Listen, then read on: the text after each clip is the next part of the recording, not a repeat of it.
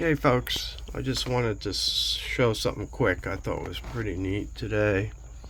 I just bought a telescope, a reducer corrector for my large 14-inch Celestron C14 telescope. This telescope comes uncorrected, so it inherently has coma distortion and field flatness distortion, or field curvature in it that needs to be corrected if you want to use the full frame of the image circle that the scope projects from the back of it to a camera. This is a ZWO ASI 294MC Pro camera.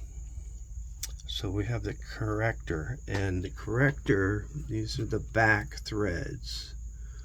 They're supposed to be 90.3 millimeters from right there at the back threads all the way down into the camera where the sensor is located at. These are extension rings. I believe that's 16.5, 21, and 11. So let me see here. I think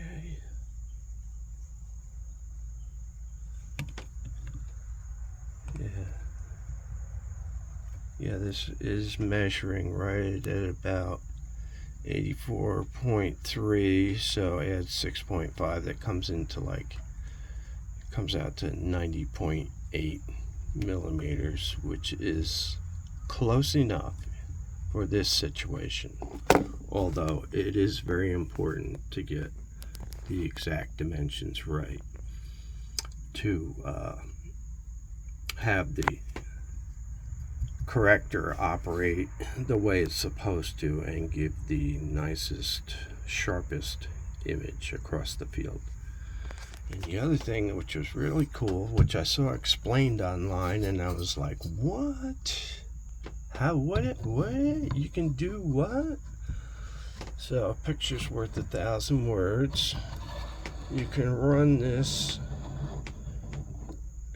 corrector and the optical train all the way up through the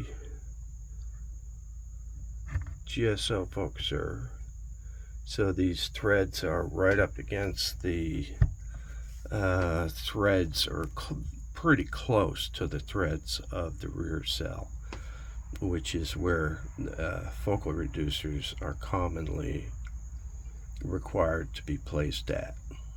So I just wanted to show you that, and I'll try to get a few images tonight. I'm not sure if we're going to get anywhere with the clouds, but thanks for listening. Have a great day.